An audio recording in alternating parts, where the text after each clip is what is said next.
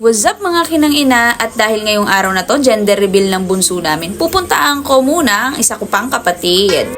At pagdating ko sa bahay nila, ito, kakagising lang ni Podaiski.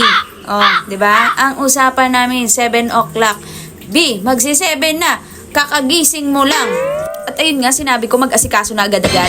At ayun na nga, agad-agad, ito na. Oh, ayan, nagme-makeup na siya dahil katapos lang niya maligo. At yung anak niya nagliligpit sa likod. Very good. At sabi ko sa kanya, huwag masyadong mag-ayos, baka kabugin niya yung nagpa-gender reveal. At ito na nga, paalis kami na nakita ko tong napaka-poging pusang ito. Sino ba to? Si Chowder yan, ang alaga ng aking kapatid.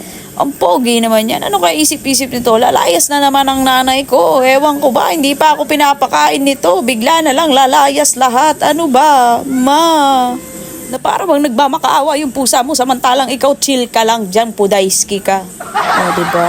Pak, tamang ayos ng buhok, diba? Pak. At dahil malapit lang naman ang bahay ng bunsuin namin, eto, naglakad na lang kaming dalawa. Chicks mo dyan. Na.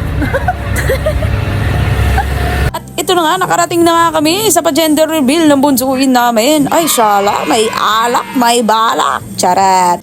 Dahil late kami, dami ng bisita. At ito ang mom-to-be. I'm a sexy mama.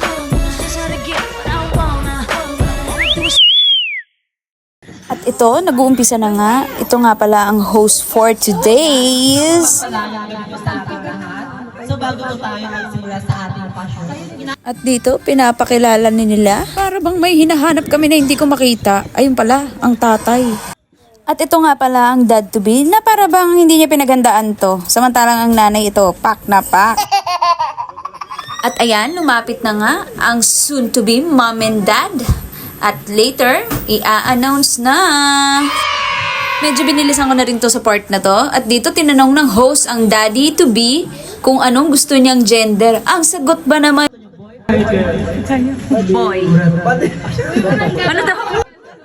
Di ko alam dito sa soon-to-be dad na to kung nantitrip lang ba. Ang sarap kutusan. Pero mabait yan. Kahit ganyan yan. Yung tipong laging wala sa wisyo. Yan siya eh. Diyan na in love yung kapatid namin. May magagawa ba kami? At ito naman kapatid ko, busy naman talaga. Na para bang call center siya. At ito na nga ang first attempt.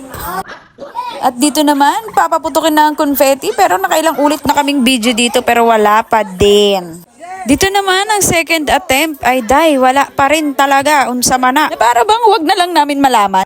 At dito, kung kailan ko kinat yung video, saka siya pumutok, diba? Ang galing. At ito nga pala, it's a boy! Congrats! Humayo kayo at magpakarami. At tingnan mo naman itong bunsuin namin. Masaya siya, natupad ang kanyang wish na baby boy. Ayan. Sabi ko sa'yo, tuloy ang Tiger Commando. Diba? Ang galing mag-isip ng tatay ng pangalan. Tiger Commando daw. At ito na nga. Nagugutom na kami. Lumalafang na kami talaga ng matindi. Oh. Pampahaba ng buhay. I-flex ko rin tong kapatid ko, syempre.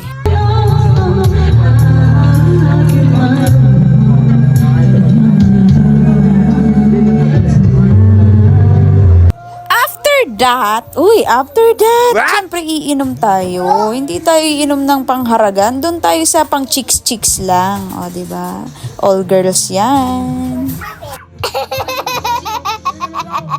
At dito pa kanta-kanta lang ako. Pero kinalabit ko na yung kapatid ko na mag-sharon kami.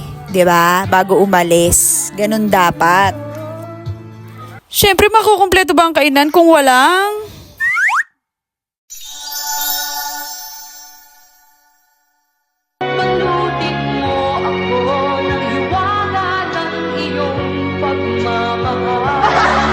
At alam nyo na kung ano yung sinasabi ko, di ba? Dito patawa-tawa pa yung kapatid ko na para bang hindi namin ginagawa lagi yung mga ganitong bagay simula nung bata pa kami. At that's it. Thank you for watching mga kinang-ina.